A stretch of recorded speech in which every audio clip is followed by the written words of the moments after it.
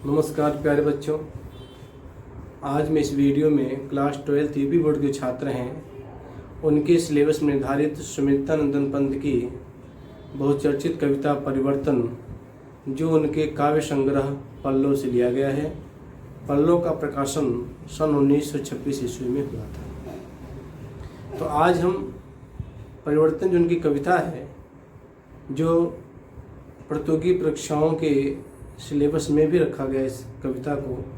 इससे पूर्व हम लोगों ने नौका विहार कविता की व्याख्या पढ़ी थी। नौका विहार भी यूपी पीसीएस के सिलेबस में निर्धारित है। तो आज हम लोग परिवर्तन जो कविता है उसमें 6 भाग हैं, 6 खंड हैं। तो आज हम लोग इस वीडियो में प्रथम 3 खंड की व्याख्या करेंगे और उसके जो बचे हुए जो 3 खंड हैं उसकी व्याख्या हम अगले वीडियो में करेंगे। तो हमने जो 3 खंड की व्याख्या हम लोग आज इस वीडियो में करेंगे, उसका संकेत मैंने यहाँ पर लिख दिया है। पहले, दूसरा, तीसरे का। पहले का कहा आज वह पूर्व पुरातन, दूसरा हाय सब मिथ्यावाद, तीसरा हाय आज बचपन का। तो संकेत मैंने लिख दिया है। और मैं आपसे निवेदन करना चाहूँगा, जब भी आप इस वीडियो को देखें तो आपके पास किताब होनी चाहिए। किताब आप देखते रहेंगे और व्याख्या हम आपको समझा रहे हैं और व्याख्या आप समझते रहेंगे। के लिए यहाँ पर सब पंक्ति लिखना और उसकी व्याख्या करना वीडियो लंबा हो जाता है, वो संभव नहीं है। इसलिए आप किताब जब भी इस वीडियो को देखें और सुने तो किताब अपने पास रखें और किताब की लाइन पढ़ते रहें और सुनते रहें। अपने आप आपकी व्याख्या जो है आती रहेगी। ठीक है। तो परिवर्तन, जैसे कि आप जानते हैं कि परिवर्तन सृष्टि का नियम है। एक चक्र है, जैसे नियत का जो चक्र होता है, पहिया घूमता रहता है, उसी प्रकार परिवर्तन जो है सृष्टि का नियम है। अगर परिवर्तन ना हो सृष्टि में तो बहुत सारी जो है सृष्टि में विसंगतियाँ आ जाएंगी और ऐसे लोग या ऐसे जीव जंतु जो किसी तरह से कारणवश बंधे हुए हैं अपने जीवन के दुख रूप में, वो हमेशा ऐसे ही रहेंगे। इसलिए जीवन को विस्तारित करना और समय चक्र जो चलता रहता है ये बहुत ज़रूरी है। के लिए परिवर्तन जो है मनुष्य के जीवन में कभी सुख लाता है, कभी दुख लाता है। अगर परिवर्तन ना हो, जिसके जीवन में दुख है उसके जीवन हमेशा दुखी रहेगा, सुख नहीं आ पाएगा। इसलिए परिवर्तन होना जरूरी होता है। तो इस परिवर्तन कविता में सुमित्रानंदन पंत ने पहले में ये बताने का प्रयास किया है कि हमारा भारत जो है उसका जो अतीत है, यानी जो हमारा जो प्राचीन काल है, वह सुख समृद्धि ऐश्वर्य से भरपूर था। किसी चीज़ की कोई कमी नहीं थी। लेकिन जब आज का युग देखते हैं, आज का समय जब देखते हैं पंत जी, उन्हें बड़ा कष्ट होता है।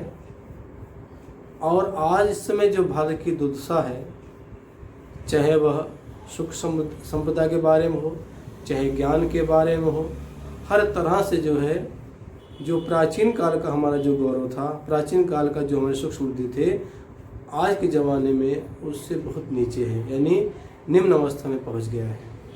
ये इन्होंने इस पहले खंड में ये बताने का प्रयास किया है कि हमारा जो पुरातन जो देश था, बड़ा ही समृद्ध गौरवशाली और जिसकी धमक जो है पूरे विश्व में फैली थी।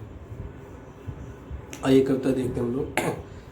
कहाँ आज वह पूर्ण पुरातन, वह स्वर्ण का काल, भूतियों के दिगंत छविजाल, ज्योति चुंबित जगती का भाल, राशि राशि विकसित वसुधा का वह यौवन विस्तार, स्वर्ग की सुषमा जब साभार, धरा पर करती थी अभिसार, प्रसून की शासत श्रृंगार, स्वर्ण भृंगों के गंध विहार, गुज उड़ते थे बारंबार, सृष्टि के पन्नोद्गार, नंग सुंदरता थी सुकुमार, रिद्धि और सिद्धि अपार, अरे विश्व का षड स्वप्न संस्कृत का प्रथम प्रभात, कहाँ वह सत्यवेद विख्यात, दुरित दुख दैन न थे जब ज्ञात, अपरिचित जरा मरण भूपा। ये अब इसकी व्याख्या हम लोग देखते हैं। कहाँ आज वह पूर्ण पुरातन, वह स्वर्ण का काल। कवि प्राचीन काल के याद करते हुए कहता है कि कहाँ आज वह पूर्ण पुरातन। जब वो प्राचीन काल के वैभव को याद करता है और वर्तमान समय को देखता है तो कहता है कि दोनों में बहुत अंतर है। वह स्वर्ण का काल। कवि कह रहा है कि जो हमारा प्राचीन काल था वह स्वर्ण काल था, यानी स्वर्णिम युग था। स्वर्णिम युग मतलब होता है किसी चीज़ की कोई कमी नहीं थी, गरीबी उस समय थी ही नहीं, ज्ञान का आलोक पूरे विश्व में फैला हुआ था और पूरा विश्व भारत के ज्ञान में लोहा मानता था। तो कह रहे हैं कहाँ आज जो है पूर्व पुरातन वह स्वर्ण का काल। कवि कह रहा आज का जो समय है और प्राचीन काल का समय जो स्वर्णिम काल था, दोनों में कितना अंतर हो गया है। भूतियों का दिगंत छविजाल, भूति मतलब होता है ऐश्वर्य, दिगंत मतलब दिशाएं। जो हमारा जो प्राचीन काल जो भारत था उस समय चारों दिशाओं में छवि जाल ऐश्वर्य की समूह। हमारा पूरे 10 चारों दिशाओं में हमारा जो प्राचीन काल का जो भारत था, चारों दिशाओं में ऐश्वर्य वैभव फैला हुआ था, यानी चारों दिशाएं हमारे भारत का गुणगान करती थी, सुख समृद्धि का। ज्योति चुंबित जगती का भाल, और हमारा जो भारत देश जो भारत माता हैं उनका मस्तक जो है हमेशा जगमगा रहा था, प्रकाशित था और हमेशा गर्व से ऊपर उठा था। राशि राशि विकसित वसुधा का वह यह वन विस्तार। कह रहे हमारा जो प्राचीन भारत था, जो पुराना भारत था, वो पूरी वसुधा यानी पूरी पृथ्वी जो है, वसुधा मतलब पृथ्वी, कह रहे पूरी पृथ्वी जो है हरी भरी थी। राशि राशि मतलब ढेर, अनाज का ढेर, हरियाली, यौवन विस्तार। कहने मतलब है कि हमारी पूरी पृथ्वी जो है हरे हरे पौधों से और अनाजों से, सब चीज़ से, फूलों से, फलों से लदी हुई थी। यानी पूरा जैसे लगता था कि हमारी पृथ्वी यौवनावस्था में एकदम पूरे तरह से यौवनावस्था छाया हुआ था। स्वर्ग की सुषमा जब साभार धरा पर करती थी अवसार। जब पृथ्वी पूरी, सुषमा मतलब सौंदर्य, साभार मतलब आभार सहित। कह रहे हैं कि जब धरती की सुंदरता को जब स्वर्ग देखता था नीचे ऊपर से, कह रहे हैं स्वर्ग की सुषमा जब साभार धरा पर करती थी अभिसार। कह रहे हैं कि जो स्वर्ग धरती पर, हमारे जो प्राचीन काल की जो धरती थी, जो हरे भरे सुख संपदा से भरी पड़ी थी, जिसमें फूल और फल हमेशा लदे रहते थे, जब स्वर्ग धरती की इस सुंदरता को देखती थी तो वह धरती पर खेल क्रीड़ा करने के लिए, यानी हंसी खेल कूद करने के लिए वो आने के लिए तैयार हो जाती थी, यहाँ पर खेलती थी आकर के। यानी स्वर्ग को भी पृथ्वी की हरियाली बहुत प्रिय थी। प्रसूनों के सासो श्रृंगार, प्रसून होता है पुष्प। कह रहे हैं पुष्प हमेशा खिले रहते थे पौधों में, ऐसा लगता था कि श्रृंगार की छटा जो है पूरे भारत में फैली हुई है। कभी भी ऐसे कोई फूल नहीं दिखाई पड़ते थे जो मुरझाए हुए हों, हमेशा धरती जो है नए नए फूलों से खिली रहती थी। कह रहे हैं प्रसूनों के सासो श्रृंगार, हमेशा जो पौधे थे धरती पर हमेशा फूलों से खिले रहते थे। स्वर्ण भृंगों के गंध विहार, और उन फूलों पर जो भौरे थे हमेशा उस फूलों के रस का पान करते थे और पूरे वातावरण में गुंजायमान करते थे। चिड़ियाँ चहकते थे, गूंज उठते थे बारंबार सृष्टि के पद्मोद्गार। और चिड़ियों का चहकना और भौरों का फूलों के पास मंडराना, गुनगुनाना, कवि कहता है वह बारंबार मुझे देखने को याद आ रहा है। और सृष्टि के पद्मोद्गार, जो चिड़िया की चहकना, भौरों के गुनगुनाना, ऐसा लगता था कि मानो वह विश्व के प्रथम विचार हों जो उस समय फूलों के ऊपर भौरों के रूप में जो मंडराया करते थे फूलों के ऊपर। नंग सुंदरता थे सुकुमार रिद्ध सिद्धि अपार। कह रहे हैं कि सुंदरता बहुत सुकुमार थी, कोई किसी की कोई छेड़ता नहीं था, यानी कोई किसी को प्रभावित नहीं करता था अपने नज़रों से। हमेशा सुंदरता सुकुमार थी और पूरी तरह से पृथ्वी पर खिल रही थी। रिद्धि और सिद्धि अपार, हमारा जो प्राचीन भारत था वो सुख संपदा से, रिद्धि और सिद्धि से भरा पड़ा था। ऐश्वर्य से, वैभव से, फूलों से, फलों से, हर चीज़ से जो है भरा पड़ा था। ये विश्व का षोड़ संस्कृत का प्रथम प्रभात। कह रहे हैं कि वह जो हमारा विश्व उस समय जो था, हमारा जो भारत था, वह जो एक सुनहले सपने की तरह था। यानी आज ये जो भारत है, अगर हम उसके बारे में सोचते हैं ऐसा लगता है कि वो सपना था, लेकिन नहीं था, हकीकत था। संसद का प्रथम प्रभात और संसार का प्रथम प्रभात हमारे देश में हुआ था। कहाँ हुआ सत्यवेद विख्यात, दुरित दुख दे न थे जब ज्ञात। कवि कह रहा है कि जब हमारे यहाँ के जो प्राणी थे, मनुष्य थे, वह हमेशा सत्य की खोज में लगे रहते थे, सत्यवादी थे, ईमानदार थे, जो वेद वेदांतों का अध्ययन किया करते थे। लेकिन आज वो वेद की बातें, वेद का ज्ञान कहाँ चला गया। दुरित, न पाप था, दुख न किसी को दुख था, दैन न कोई दीन था, न थे जब ज्ञात। यानी किसी को पाप के बारे में, दुख के बारे में, दीनता के बारे में, हीनता के बारे में, इन शब्दों से किसी को कोई वास्ता नहीं था। यानी कोई इसके बारे में जानता ही नहीं था।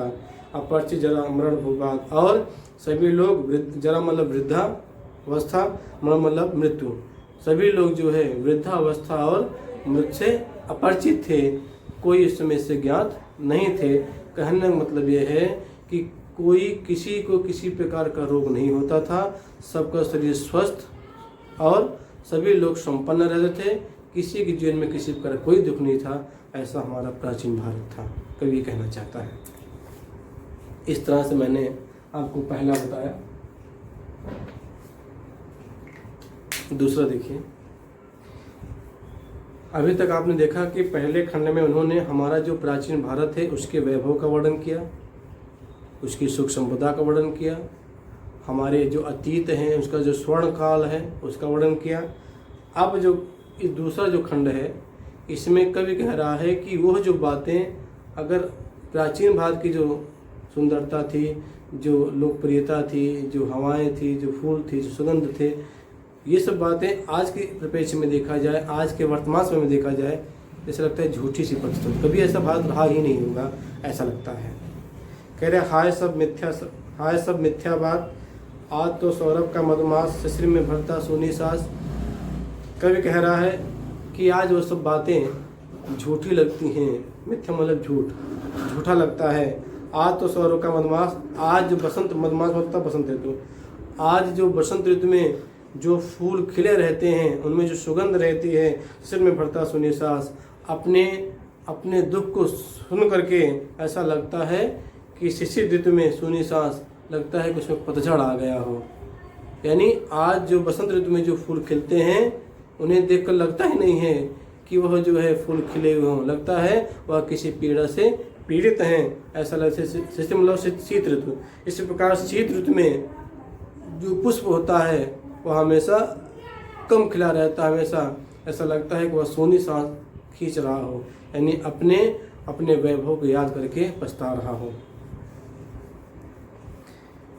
वही मधुरती गुंजित डाल झुकी थी यौवन के भार। कह रहे हैं कि पुराना समय हमारा जो था भारत का, उस समय जो पौधे पर, बसंत ऋतु में जो पौधे पर फूल खिला करते थे, हमेशा वो अपने यौवन के भार से दबी रहती थी और उनके फूलों पर हमेशा भौरे मंडराया करते थे। आज ऐसा देखने को नहीं मिलता है। अब चिंता में नृत्य कहाँ से उठता है, जीवन है भार। कवि कह रहा है ऐसा लगता है उस पुष्प को अपना जीवन भार सा व्यतीत हो रहा है, यानी अपना जीवन जो है, जो सुख और संपदा, जो उसके जीवन में हरियाली, खुशी, आनंद का जो लहर थी प्राचीन काल में, जो हमेशा अपने यौवन में मस्त रहा करती थी, जो फूल, आज वह अपनी गरीबी में ऐसा लगता है कि वह सिहर उठता है जब याद करता है, और उसे लगता है कि मेरा जीवन जो है वो बोझ सा बन गया है। आज पावस नद के उद्गार, काल के बनते चिन्ह कराल, प्रातः का सोने का संसार जला देती संध्या की जाल। कवि कह रहा है कि आज की जो पावस नद है, पावस मतलब होता है वर्षा ऋतु, नद मतलब नदी। कह रहे हैं आज जब वर्षा ऋतु में जो नदी बहती हैं तो बाढ़ रूप लेकर आ रही हैं, और काल के बनते चिन्ह कराल, और वह लोगों के लिए काल बनकर आती हैं। और जब बाढ़ चली जाती है, यानी जब वर्षा ऋतु बीत जाती है, तो पानी नदियों में लगभग सूख जाता है, कम रह जाता है, और उसके पीछे बहुत सारे चिन्ह, यानी बहुत सारे पेड़, बहुत सारे घर, मकान जो बह रहते हैं बाढ़ में, वो सबके चिन्ह दिखाई पड़ते हैं। प्रातः का सोने का संसार जला देती संध्या के ज्वाल। जो प्रातःकाल सूर्य अपने सुनहली रश्मियों से पूरे भारत में उल्लास, उमंग, उत्साह लेकर आती है, स्फूर्ति लेकर आती है, वही जब संध्या होती है, वह संध्या इन उल्लास, इन सुखियाँ, इन संपदाओं को क्या करती है, हर लेती है, अपनी ज्वाला से भस्म कर देती है। अखिल यौवन के रंग उभार, हड्डियों के हिलते कंगाल। कह रहे हैं कि जो यौवनावस्था में जो शरीर पर एक चमक थी और जो शरीर पूरा मान से भरा पड़ा था, आज वही हड्डियों के हिलते कंगाल।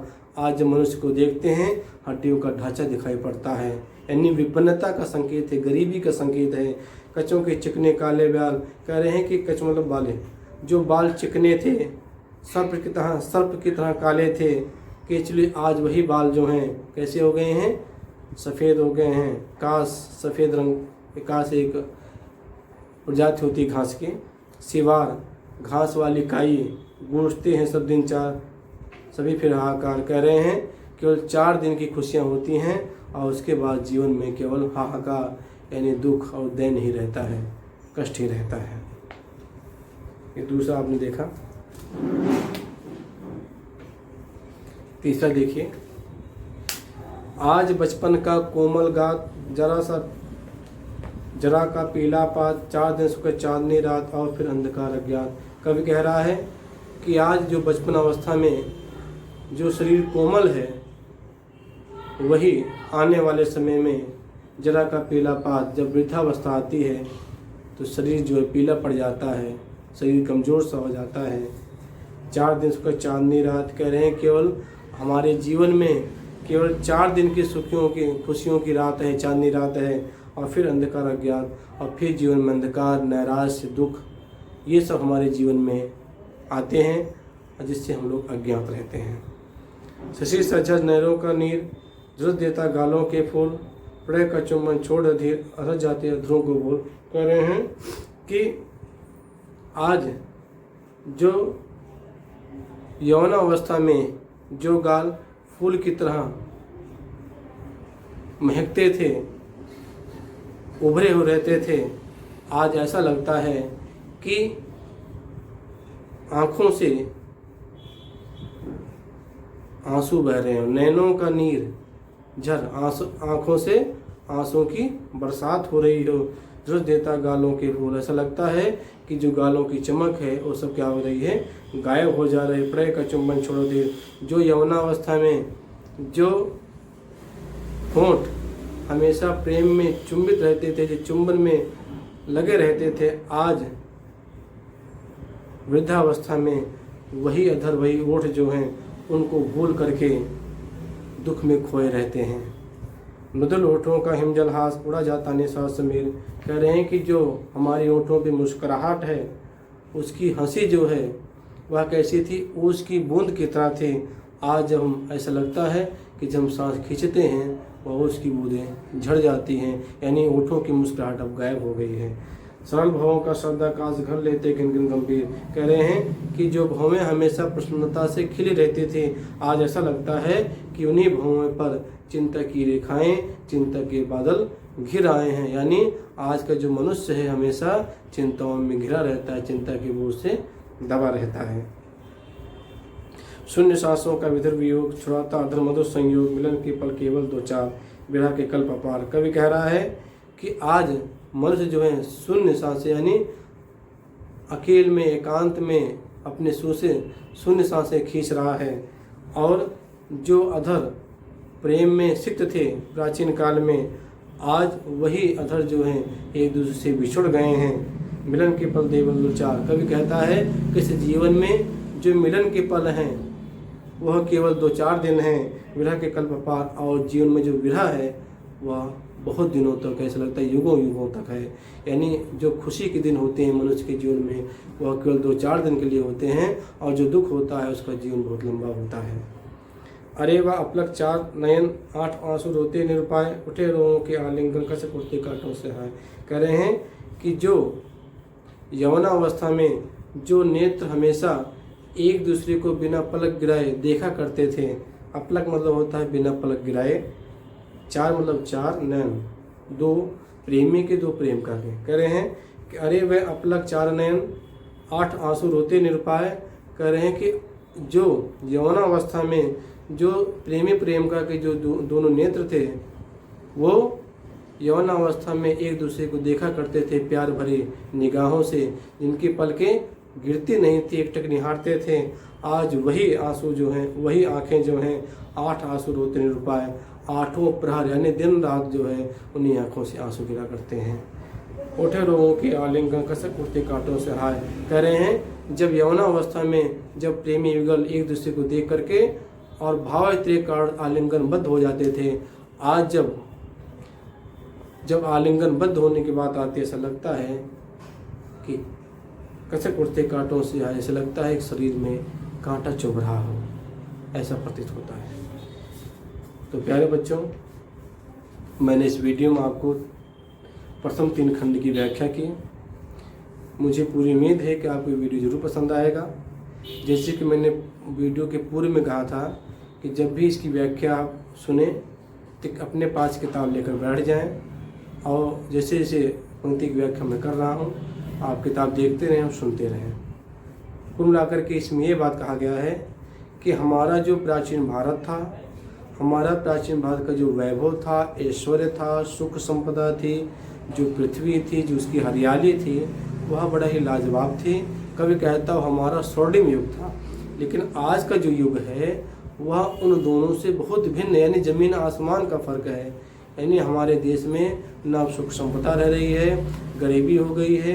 ज्ञान का आलोक जो हमारे भारत में विश्व में नंबरिंग फैला था, जो ज्ञान का परिचय हमारे विश्व में पूरे विश्व में फैला था, आज ज्ञान का आलोक धीमे धीमे क्या है, मंद पड़ गया है, धीमा पड़ गया है।